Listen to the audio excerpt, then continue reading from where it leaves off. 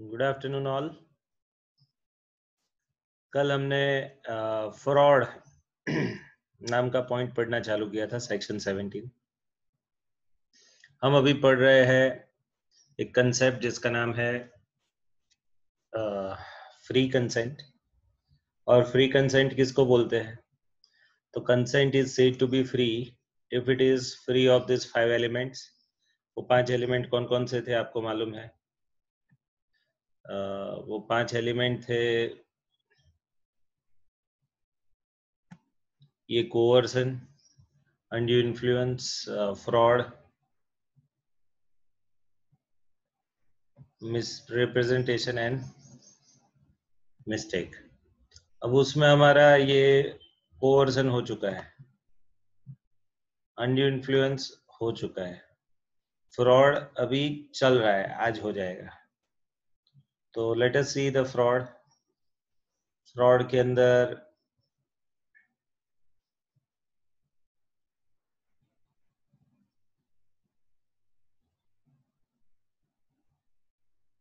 हमने फ्रॉड का मीनिंग कल पढ़ा था। Fraud means and includes following acts committed by a party to a contract or with his connivance. Connivance means support, or by his agent, with the intent to deceive the another party. अब purpose क्या है, ये सबसे important है। Intent to deceive the other party और to include him to enter, induce him to enter into a contract. Means किसी को ललचाना contract में एंटर होने के लिए, और वो भी चीटिंग करके ललचाना, उसको भी फ्रॉड बोलते हैं। अब ये 5 चीजों को भी उन्होंने बाय डिफॉल्ट फ्रॉड कहा है कि suggestion as a fact which is not true, किसी को इनकरेक्ट फैक्ट बता के कॉन्ट्रैक्ट में एंटर करवाना। फिर active concealment means purposefully hide करना। फिर है promise made without any intention. वहाँ वो मूवी का बात बताया था मैंने, अक्षय कुमार विद्या बालन वाला एक मूवी था, हे बेबी।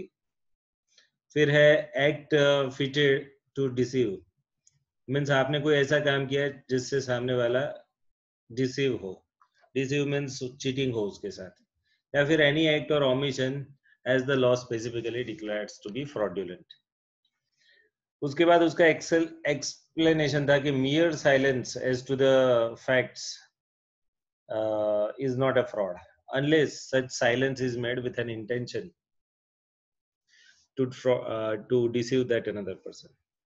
अब हम यहाँ आगे बढ़ते हैं। Does silence amount to fraud? आज के दिन हमारा ये जो ट्रांजैक्शन हम जो पढ़ने जा रहे हैं उसमें आज के दिन में ये मेन पार्ट है, whether this silence amount to fraud और नॉट। ओके, तो अब मैं शुरू करता हूँ इसको। आई थिंक मानसी भी आ चुकी है ना, this is a Mansi I think.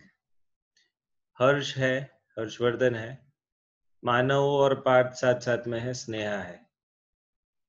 तो हाँ, वो मिहिर नहीं आया अभी, और वो क्या नाम है उसका, दर्शित या हर्षित, वो जो लड़का है वो नहीं है अभी। कोई बात नहीं, चलो हम एक बार तो आगे बढ़ते हैं। चलो स्क्रीन पे देखते जाओ, मैं आपको स्क्रीन शेयर कर रहा हूँ। Does silence amounts to fraud? Mean suppose कोई मैटर में हम साइलेंट रहते हैं, तो वो साइलेंस रहने को हम फ्रॉड बोलेंगे क्या? मीन्स हम कुछ नहीं बोले तो भी उसको फ्रॉड माना जाएगा, ऐसा क्वेश्चन है। ठीक है, does silence amounts to fraud और नॉट? अबे ना, ये मैटर पूरा डिस्कशन का मैटर है। कुछ चीजों में साइलेंट रहना अच्छी बात है, बट कुछ चीजों में साइलेंट रहना बुरी बात है। तो जहां साइलेंट रहना बुरी बात है वहां उसको फ्रॉड बोलेंगे। देखो, एट टाइम्स सर मीर का क्या हुआ? ग्रुप में मीर का मैसेज है ग्रुप में। क्या है? हाँ, कुछ डाउट है, उसने फोटो भेजा है उसने। क्या डाउट है भाई? एक मिनट।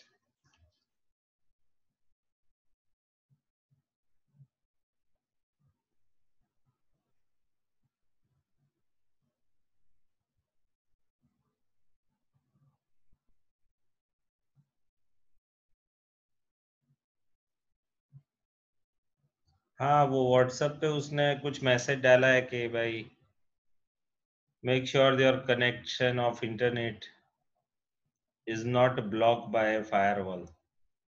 तो मैंने भाई ब्लॉक नहीं किया है किसी को, आप सब लोग जुड़े हो ना। तो चलो उसको मैं लिखता हूँ, enter ID and password.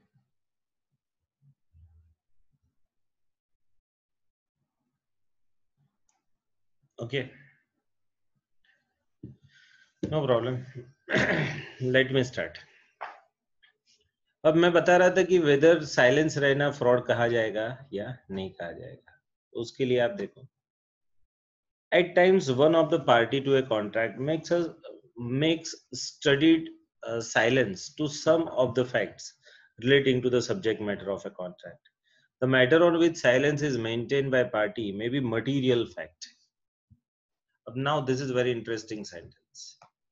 Matter on which silence is maintained by party may be material fact. अब ये मटेरियल फैक्ट किसको बोलते हैं कि जिसके बेस पे कॉन्ट्रैक्ट में एंटर होना या नहीं होना, ये आदमी डिसाइड करेगा। अब है ना, मैं आपको एक उदाहरण बता रहा हूँ जो रियल लाइफ से जुड़ा हुआ है, मेरे फैमिली में बनी हुई घटना है। मेरे एक रिलेटिव है, वो रिलेटिव के भाई जो है, मीन्स मेरे एक मौसा है,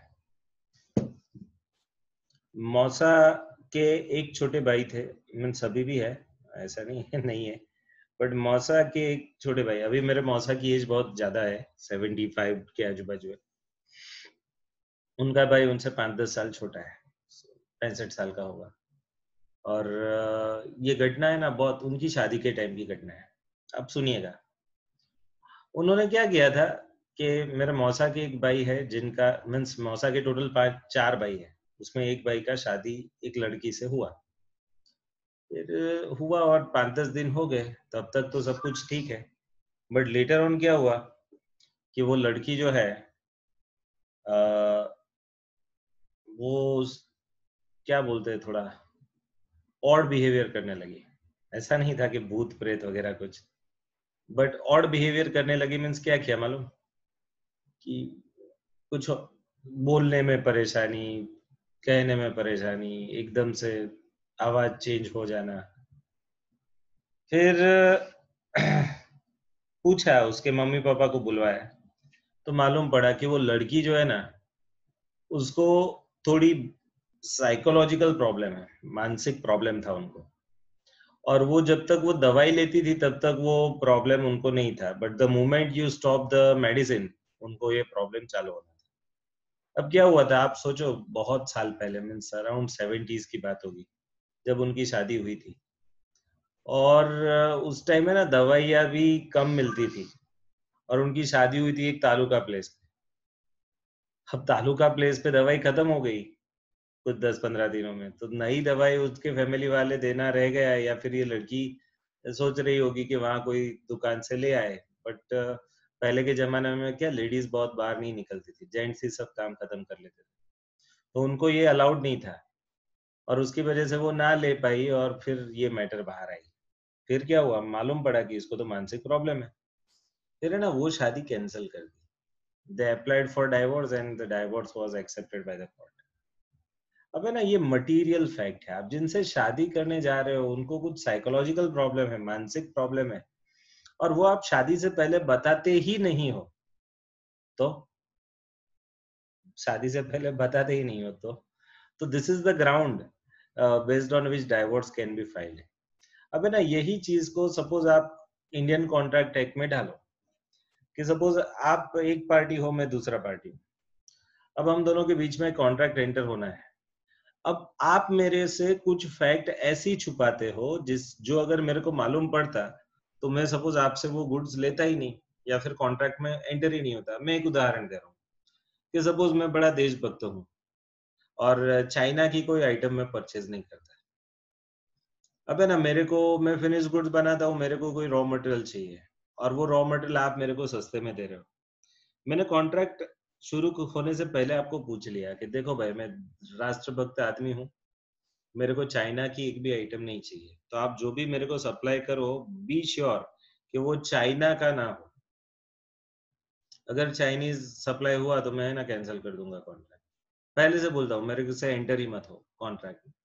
अब आपने सोचा कि यार ये एक बड़ा आदमी है, इससे इतना बड़ा गुड्स का ऑर्डर दे रहा है, चलो ना झूठ बोल के एक बार ऑर्डर ले लेते हैं, उस पे मेड इन चाइना हटा के मेड इन इंडिया लगा देंगे। अब आपने 10,000 15,000 सपोज पैकेट्स पे सब ऐसा किया, बट एक पैकेट में कुछ भूल गए और मेरे जो वर्कर्स थे उन्होंने देख लिया, तो अब इसकी वजह से मैंने क्या किया, ये कॉन्ट्रैक्ट कैंसिल किया। अब मेरे को बताओ, here to remain a silent, to remain silent is amounts to fraud, तो आंसर है यस। आपको मालूम था कि मेरे को चाइना की आइटम नहीं चाहिए, आपने मैंने 5-6 टाइप के मटेरियल लिए आपसे, उसमें एक मटेरियल ऐसा था जो चाइनीज था, और आपने क्या साइलेंस फरमाया, आपने मेरे को बोला नहीं, तो अब मैं कॉन्ट्रैक्ट को क्या करूंगा, वॉइड कर दूंगा। क्यों? क्योंकि मेरी कंसेंट आपने फ्रॉड से ली है for that particular raw material, है ना। तो अब ये कंसेप्ट ही आपको दिया हुआ है ना। देखते जाओ। Explanation to Section 17 of the Indian Contract Act provides that mere silence as to facts likely to affect the willingness of a person to enter into a contract. Means mere silence may likely to affect the willingness of a person. अगर मेरे को पहले से ये मालूम होता तो मैं सपोज अपना डिसीजन चेंज कर देता कि भाई ये चाइनीज प्रोडक्ट है, मैं नहीं लेता, to enter into a contract. So it is not a fraud unless circumstances that having regard to them, it is a duty of a person, of the person keeping silence to speak. ये fraud कब तक नहीं है? Not fraud unless it is the duty of a person keeping the silence as to speak, or unless silence itself equivalent to speech. अब है ना, मैं एक और एग्जांपल देता हूँ। सपोज मैं नॉनवेज नहीं लेता हूँ, और सपोज आप में से कोई है जो उनके घर में नॉनवेज चल रहा है खाने का। अब सपोज आपने मेरे को इनवाइट किया खाने के लिए, आपको मालूम था कि मैं नॉनवेज नहीं ले रहा हूँ, ओके, आपने नॉनवेज नहीं बनाया, बट है ना आपने कोई मिठाई वगैरह दी जिसमें सपोज आपने एग का यूज किया हो। अब मैं एजिटेरियन भी नहीं हूँ, नॉन वेजिटेरियन हूँ, साथ साथ में एजिटेरियन भी नहीं हूँ, मीन्स एग्स भी नहीं खाता। अब बाय मिस्टेक आपने मेरे को एग वाली केक खिला दी, तो कैसा, मेरा तो धर्म भ्रष्ट हो जाएगा ना। मैं सोच रहा हूँ कि भाई मैं नॉनवेज हूँ, और बट आपने ये करा दिया, तो अब ये नहीं चलेगा। अब मैंने पूछा केक खाने से पहले कि भाई इसमें एग है, और आपने जान के भी ऐसा थोड़ा होता है सर ना बोला, तो ये एक टाइप का फ्रॉड हो गया। नो डाउट ये पर्सनल इंसिडेंट है, पर्सनल कॉन्ट्रैक्ट है, but suppose Indian contract act में ढाल दे, तो कोई ऐसी मैटर जो पूछी जाए जिसको बताना सर्वथा योग्य हो, बट आपने नहीं बताया, क्योंकि वो बताते तो वो कॉन्ट्रैक्ट हम एंटर नहीं कर पाते। तो दैट इज वाई आपने जानबूझ के कोई चीज छिपाई, तो इसको हम क्या बोलेंगे, फ्रॉड बोलेंगे, सीधी बात है, बड़ा सिंपल है। चलो स्क्रीन पे वापस देख लो। Thus we can say that there is an exception to the rule that mere silence does not amount to, यहाँ है ना मॉड्यूल का एक गलती है, mere silence does not amounts to silence, ये silence शब्द नहीं लिखना है, यहाँ शब्द क्या लिखना है, fraud. Mere silence does not amount to fraud.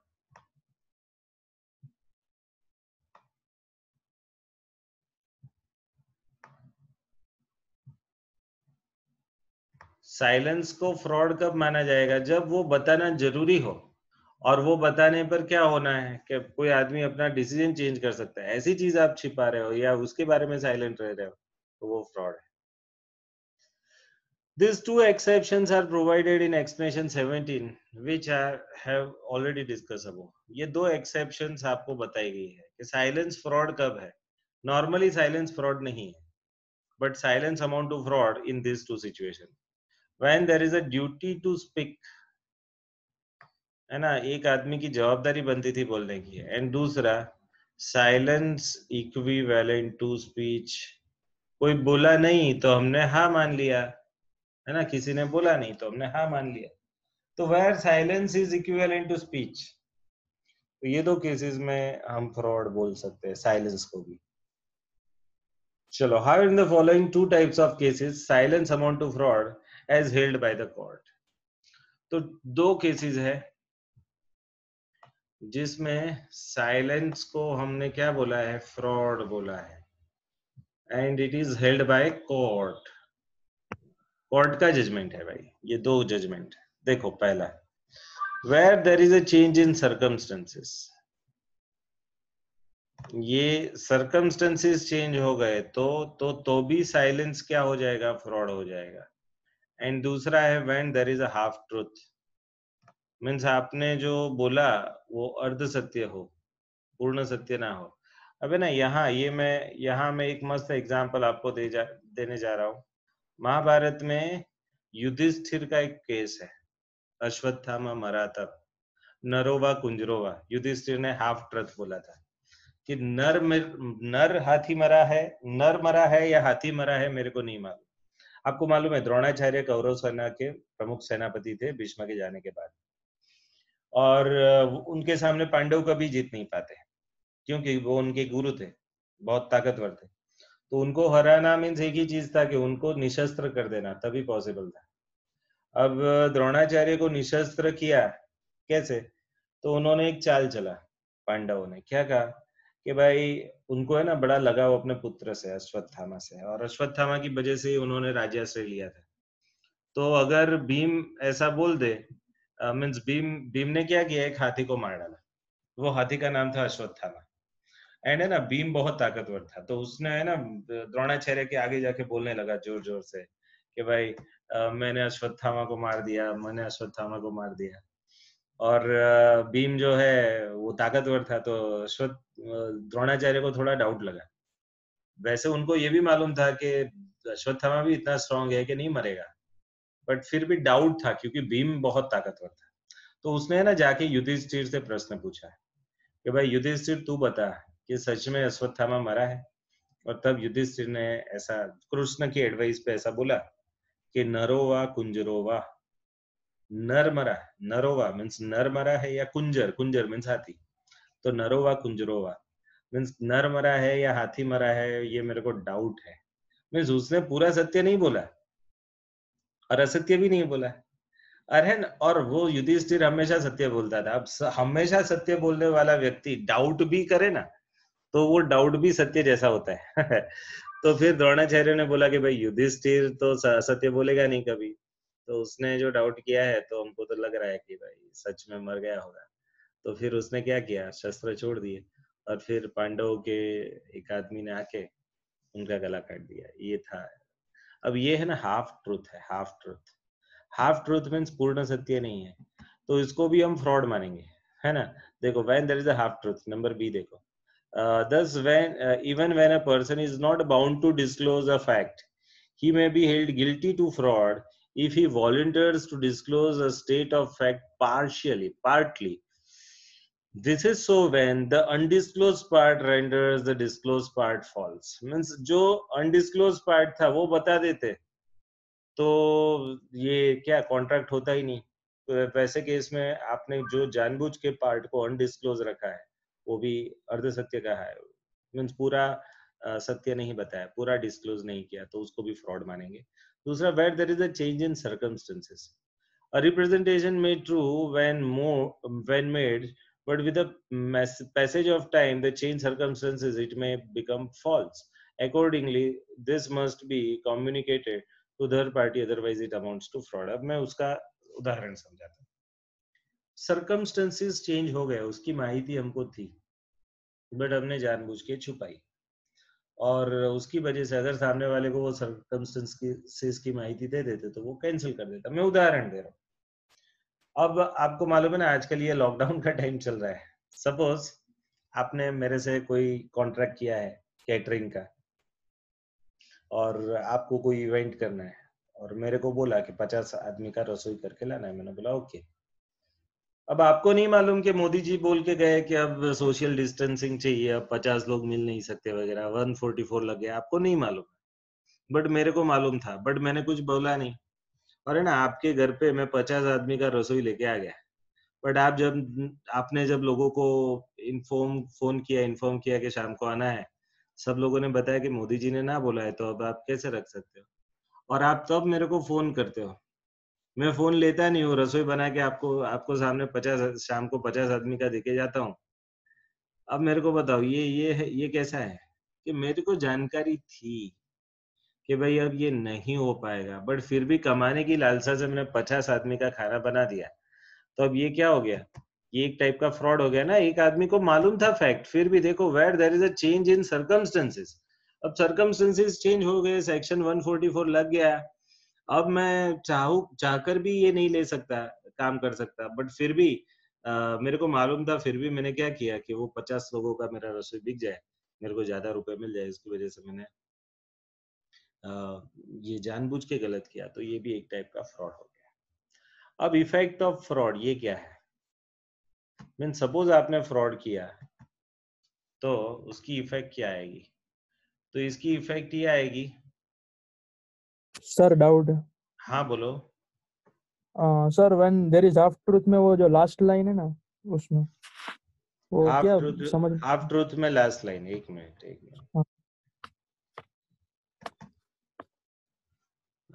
This is so when the undisclosed part renders the disclosed part false. Means undisclosed part क्या था? ये अर्ध सत्य की बात है ना, हाफ ट्रूथ वाली। कि सपोज मेरे को मालूम था कि हाथी ही मरा है, बट मैं जानबूझ के बोल रहा हूँ कि हाथी मरा या आदमी मरा मालूम नहीं। तो undisclosed part, that is what, कि आदमी नहीं मरा है। That renders disclosed part false. Disclosed क्या किया कि कौन मरा मालूम नहीं है। अब ये पार्ट फॉल्स हो जाता अगर मैं बोल देता कि भाई हाथी ही मरा है, इंसान नहीं मरा है। तो अगर उसको मैं सत्य बता देता, तो जो अर्ध सत्य था वो डिस्क्लोज पार्ट फॉल्स हो जाता, गलत हो जाता। Are you getting? तो हाफ ट्रूथ में यही होता है ना, कि जो आपको दिखाना है वो आप नहीं दिखाते हो, है, जो नहीं ओके सर। दिखाना है वो दिखाते हो। अगर जो दिखाने वाली चीज आपने दिखा दी, तो जो नहीं दिखाई वो फॉल्स हो जाती है ना। ये पार्ट है। समझ में आया हर्ष? क्लियर हो गया? आगे जाऊं? चलो आगे बढ़ते हैं। इफेक्ट ऑफ फ्रॉड हमेशा याद रखना, ये 5 में से कुछ भी कर लो, आपकी क्या बोलते हैं इसको, मीन्स फ्रॉड कर लो या क्या बोलते हैं इसको, कोअर्सन कर लो, अनड्यू इन्फ्लुएंस कर लो, सभी की एक इफेक्ट होती है कि कॉन्ट्रैक्ट कैसा हो जाता है, cancellable by the party whose consent is taken by this fraud. तो देखो, अकॉर्डिंग टू सेक्शन 19, ये 19 सभी में कॉमन है, where consent of an agreement is caused by coercion, fraud, misrepresentation। ये टिक कीजिए इसको। The agreement is a contract voidable at the option of the party whose consent was so caused। Clear है? So a party to a contract whose consent was caused by the fraud or misrepresentation, if he thinks fit, insists that the contract shall be performed and that he shall be put into the position in which he would have been if the presentation may have been true। Means वो चाहे वो कर सकता है ना, voidable है। Contract कैसा हो जाता है? वॉइडेबल। सामने वाले पार्टी के पास अभी भी चॉइस है, वो चाहे तो उसको वॉइड बना सकता है, अदरवाइज वो रेगुलरली उसको एनफोर्सेबल भी बना सकता है। However there is one exception, there is one exception. ये वन एक्सेप्शन को तो उनको अंडरलाइन करना चाहिए, है ना। क्या वन एक्सेप्शन है? To the rule of voidability of the contract at the option of the aggrieved party, if such consent was caused by misrepresentation or by silent fraudulent within the meaning of section 19, the contract nevertheless is voidable if the party whose consent was so caused had the means to discovering the truth of ordinary diligence। अब है ना, ये एक जरा important part है, मैं आगे पढ़ाऊंगा, आएगा एक जगह। सपोज मैंने कोई चीज नहीं बताई, means I remain silent, but आपने क्या किया, आपने सामने से आके वो चीज मेरे से खरीद कर ली, मैं साइलेंट रहा, मैंने कुछ नहीं बताया, आपने बोला ये दे दो, मैंने दे दिया, उसके चार्जेस ले लिया। अब मेरे को मालूम था वो चीज बिगड़ी हुई है, फिर भी मैंने दे दिया। अब यहाँ मैं साइलेंट रहा तो ये फ्रॉड है क्या? तो नहीं। क्यों? क्योंकि अगर ऑर्डिनरी डिलीजेंस, डिलीजेंस का मीनिंग क्या होता है? क्या इंटेलिजेंस या फिर बुद्धिमानी, जो बोलो आप। तो अगर मैं सामान्य बुद्धि भी लगाता तो वो चीज मेरे को मिल जाती कि ये चीज अच्छी है या बुरी है। फॉर एग्जाम्पल, खाने की कोई चीज मैं लेके आया और वो बिगड़ी हुई निकली, मैंने पेमेंट कर दिया था। अब उस टाइम जब परचेज किया ना, उस टाइम भी उसको सूंघ लेता तो मेरे को मालूम पड़ जाता कि ये अच्छा है कि नहीं, बट उस टाइम नहीं किया मैंने, घर जाके देखा तो बिगड़ा हुआ था। अब ये फ्रॉड है कि नहीं? तो अब मेरे पास ऑर्डिनरी डिलीजेंस में अप्लाई करता तो परचेज करते समय ही मालूम हो जाता कि ये चीज बुरा है, और फिर बुरा निकलता तो अब मैं सामने वाले को कोई भी फ्रॉड वाले केस का मैटर नहीं बता सकता, मीन्स उसको नहीं बोल सकता हूँ कि आपने फ्रॉड किया।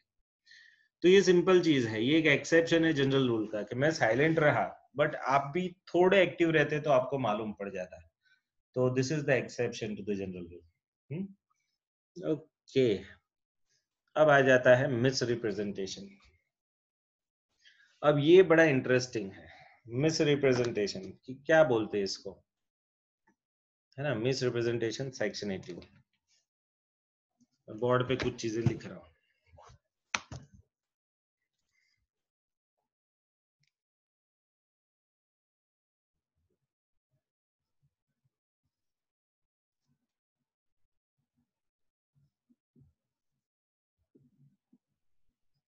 मिस रिप्रेजेंटेशन, और उसका सेक्शन कौन सा है? सेक्शन 18 है।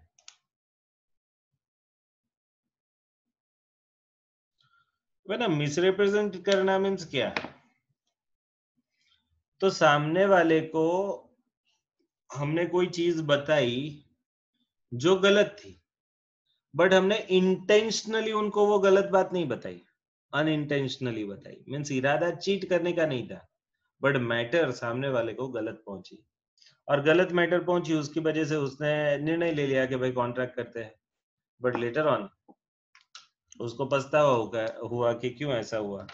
अब वो मेरे पे केस कर रहा है कि भाई आपने मेरे को बताया नहीं, बट अब मैंने रॉन्ग फैक्ट बताई, उसमें मेरा दोष नहीं था, क्योंकि मेरे को नहीं मालूम था कि ये फैक्ट रॉन्ग है। अब सर उदाहरण दो ना इसका, कुछ उससे उदाहरण से ज्यादा मालूम पड़ेगा। अब है ना, मैंने उदाहरण उसका पास्ट में दिया हुआ है, अभी बोल रहा हूँ आपको मालूम पड़ेगा। मैं जब कुछ 7th में, शायद 7th या 8th स्टैंडर्ड में था, और है ना कारेली बाग में मेरे एक मौसा रहते हैं, उनकी स्टेशनरी की दुकान थी। अब मैं एक बार उधर, वो जून महीने, मई महीने के एंड में या जून में, है ना, उनको बहुत ही गिरती रहती थी, ग्राहकी बहुत थी, कस्टमर्स बहुत आते थे। तो वो हमारे जैसे लोगों को बुला लेते थे फैमिली में, जो आइडल पड़े रहते थे दिवाली की, सॉरी ये गर्मी की छुट्टियों में। तो हम लोग क्या करते थे, उनको कुछ सामान अप्रोप्रिएट जगह से लाने में हेल्प करते थे, फिर उनको पैक करने में हेल्प करते थे, बिल बनाने में, पैसे गिनने में, कितने काम होते हैं। और उनका पूरा परिवार तो था ही, मौसा मौसी, उनके 2 लड़के, इतने तो थे ही थे, बट एक आदमी भी उन्होंने रखा था, 5 लोग थे, फिर भी उनको कम पड़ रहे थे। तो मैं जाता था कभी कभी। अब एक बार है ना, दोपहर को 3 बजे सब लोग, उस टाइम कोई ग्राहकी नहीं थी, मासी और दोनों लड़के गए, मैं और मासा बैठे थे, और मासा मेरे को बोल के गए कि बेटा है ना, कोई आए तो तू कुछ प्राइस वाइज मत बताना, है ना, तो बैठना, शांति से बोलना, 2 मिनट वेट करो, अंकल आ रहे हैं, मासा आ रहे हैं। ओके। अब है ना, हम लोग भी क्या, थोड़े अपने आप को कुछ ऐसा मानते हैं कि सुबह से बैठे हैं, 2-3 दिन से बैठे हैं, तो हमको सब कुछ मालूम हो जाएगा कि ये नोट कितने की, ये पेन कितने की। तो वैसे मेरे को थोड़ा मालूम हो गया था, तो उसमें एक आदमी ने पूछा कि चलो भाई ये 200 पेज की नोटबुक दे दो या 100 पेज की नोटबुक दे दो। मैं तो लेके आया, दे दिया, और उसने बोला कितना रुपया? अब है ना, मेरे को ऐसा मालूम था ना ये 20 रुपए का है, तो मैंने, मीन्स एग्जैक्ट फिगर याद नहीं है, बट सपोज मैंने 20 बोला। अब मैं बिल ही बना रहा था, वो 4 बोला, नोटबुक 4 दिया और बिल बना रहा था, और उतने में मौसा है। बोला क्या हुआ मैडम? मैं बोला कि मसा उनको ये 4 नोटबुक चाहिए। मैं बोला ओके, उन्होंने बोला ओके। फिर उन्होंने बोला बिल में ना 25 मल्टीप्लाइड बाई 4 लिखा, सो 100। सामने वाला बोला आपके बेटे ने तो अभी 20 रुपया बोला। अबे ना ये क्या हो गया, ये मिस रिप्रेजेंटेशन हो गया है ना। बीच में आपको मालूम है 150 पेजेस की भी नोटबुक आती थी, 150 पेजेस, 200 पेजेस, पौने 200 पेजेस, ऐसे अलग अलग पेज के। अबे ना उन्होंने जितने पेजेस मांगे थे उससे थोड़े मीन्स मेरे से कुछ मिस्टेक हो गई और गलत प्राइस, 25 रुपए की नोट का बाय मिस्टेक मैंने 20 रुपया बोल दिया। अब ये मिस रिप्रेजेंटेशन। अब miss representation means I सेंडेड a wrong fact which I was not knowing, but it was not intentional. मासा को चीट करना या सामने वाले को चीट करने का इरादा नहीं था, है ना। तो ये चीज को हम क्या बोलेंगे, मिस रिप्रेजेंटेशन। अब मिस रिप्रेजेंटेशन में भी अब सामने वाले पे ये कॉन्ट्रैक्ट का राइट बनता है कि वो चाहे तो कॉन्ट्रैक्ट को क्या कर दे, कैंसिल कर दे, अदरवाइज वो चाहे तो कॉन्ट्रैक्ट को कंटिन्यू करे। तो इसी को हम क्या बोलते हैं, मिस रिप्रेजेंटेशन। अब है ना स्क्रीन पे देखते जाओ। Misrepresentation, a statement of fact which one party make in the course of negotiation with a view to inducing the other party to enter into a contract is known as misrepresentation. ये क्या है, statement of fact which one party makes in course of negotiation with a view to inducing the other party to enter into a contract, but it must be, सिर्फ ही मैंने सिर्फ fact बता दी, उससे misrepresentation नहीं होना चाहिए, वो फैक्ट गलत होनी चाहिए। Is must related some fact which is material the contract. अब मैं बता देता कि भाई ये 25 रुपया है और 20 रुपया है, तो उसमें 20 बताया तो सामने वाले को अच्छा लगा तो वो ले रहा है। अब सपोज 25 बताता तो उसको महंगा लगता तो वो ना भी लेता। तो it was a material fact for that buyer, so it may be express by word spoken.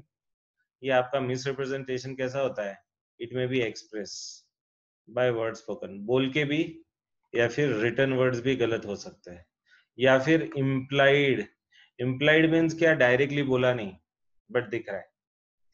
तो representation when wrongly made either innocently और intentionally is a misrepresentation. बराबर है, रॉन्गली कहा, रिप्रेजेंटेशन आपका कैसा होना चाहिए, रॉन्ग, तो पहले तो वो गलत होना चाहिए। बट ये इनोसेंटली हुआ है या फिर इंटेंशनली हुआ है। सर इंटेंशनल मिसरिप्रेजेंटेशन उसको तो फ्रॉड नहीं बोलते, yes.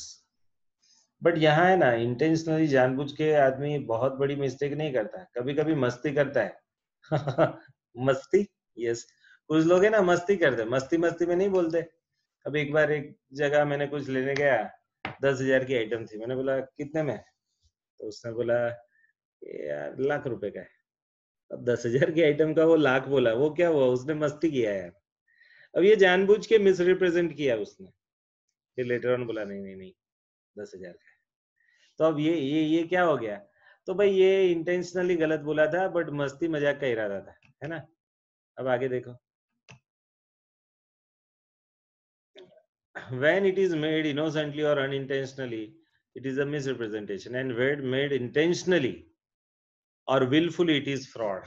Now this is very important,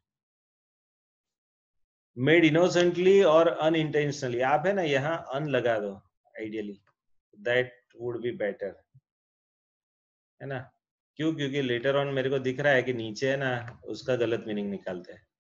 तो मैं बता देता हूँ, अनइंटेंशनली, इनोसेंटली या फिर अनइंटेंशनली, तो इट इज मिसरिप्रेजेंटेशन। नीचे देखा है, when it is made innocently और unintentionally it is misrepresentation, and when made intentionally or willfully it is fraud. तो अनइंटेंशनल और इनोसेंट होना जरूरी है ना, किसके लिए, फॉर मिसरिप्रेजेंटेशन। एंड इंटेंशनल रहना या फिर विलफुल रहना, ये फ्रॉड के लिए जरूरी है, ठीक है। चलो, misrepresentation has been defined under section 18। Section 18 में देखो मिसरिप्रेजेंटेशन का डेफिनेशन दिया है। मिसरिप्रेजेंटेशन मीन्स एंड इंक्लूड्स, देखो आगे फ्रॉड का भी डेफिनेशन ऐसा ही था, मीन्स एंड इंक्लूड करके दिया था। तो द पॉजिटिव एसर्शन मीन्स कुछ प्लस चीज बोलना. Positive assertion in a manner not warranted by information of the person making it of that which it is not true, though he believe it's to be true. Means किसी को लग रहा था, मेरे को लग रहा था कि इसका 20 रुपया कीमत है, बट वो गलत था. 20 रुपया नहीं था, उसका कीमत 25 था. तो पॉजिटिव एसर्शन, आपने पॉजिटिवली बोला, बट है ना, it was not true, which was not true, but though he believes it to be true. मेरे को ऐसा लग रहा था कि सही है, बट था गलत. फिर है दूसरा है breach of duty without an intention to deceive. आपने अपनी ड्यूटी को क्या बोलते हैं इसको, ब्रीच किया, बट इंटेंशन नहीं था डिसीव करने का, या गेन लेने का, या एडवांटेज लेने का इरादा नहीं था. फिर or any one claiming under him by misleading another to his prejudice or to the prejudice of anyone claiming under him. आगे, causing however innocently a party to an agreement to take a mistake as to the substance of the thing. Substance का meaning होता है mean. Substance का क्या meaning होता है? Mean.